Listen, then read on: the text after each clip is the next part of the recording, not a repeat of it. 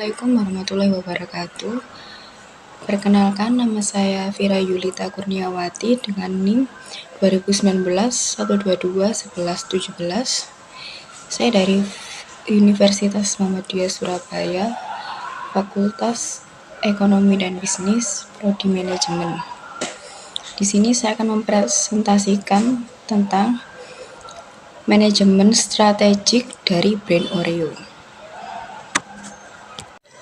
Oke, jadi sebelum saya menjelaskan lebih lanjut, pertama saya akan menjelaskan tentang bagaimana sih asal-usulnya Oreo itu.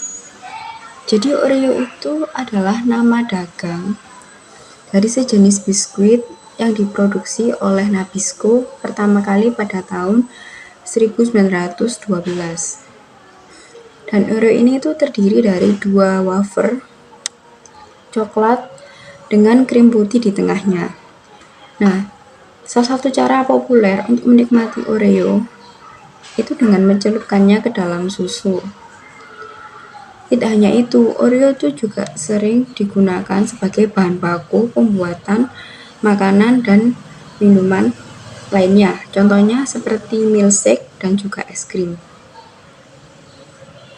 Di Indonesia sendiri, Oreo itu diproduksi oleh PT Kraft Indonesia atau Kraft Foods Indonesia.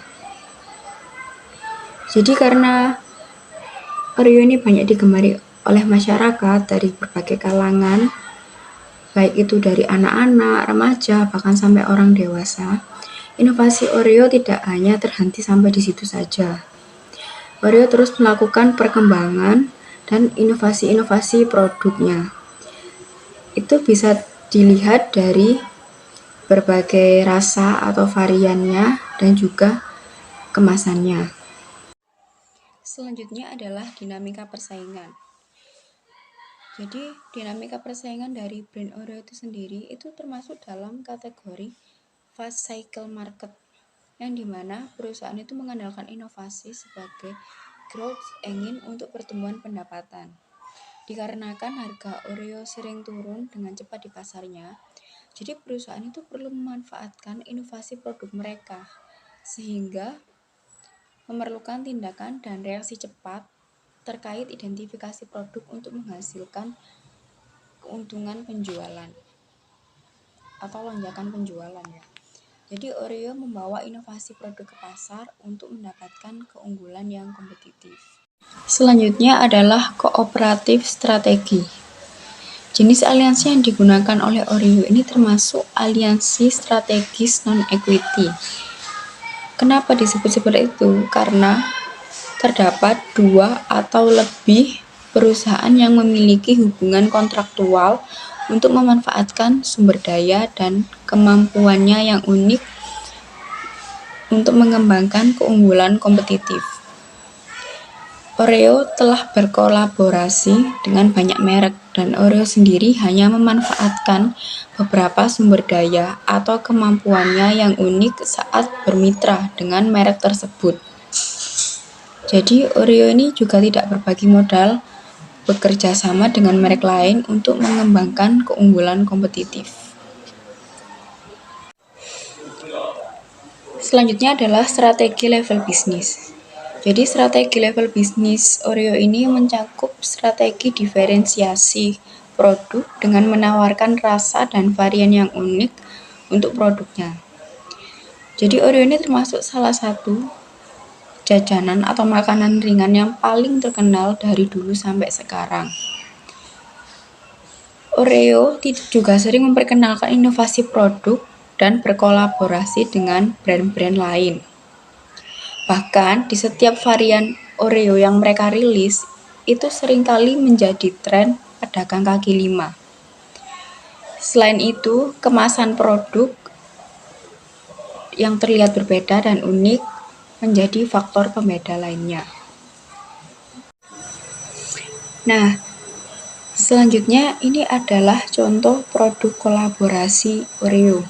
Yang pertama ada Oreo Supreme, yang dimana merupakan kolaborasi antara brand Supreme dengan Oreo. Seperti yang kita ketahui, brand Supreme ini merupakan brand pakaian ternama yang berasal dari Amerika Serikat, yang dimana dia menjual pakaian mahal serta langka. Begitu pula Oreo Supreme. Karena kolaborasi tersebut, Oreo Supreme dibanderol harga 500.000 per bungkusnya. Dan Oreo Supreme ini juga termasuk produk langka. Selanjutnya ada Oreo Blackpink.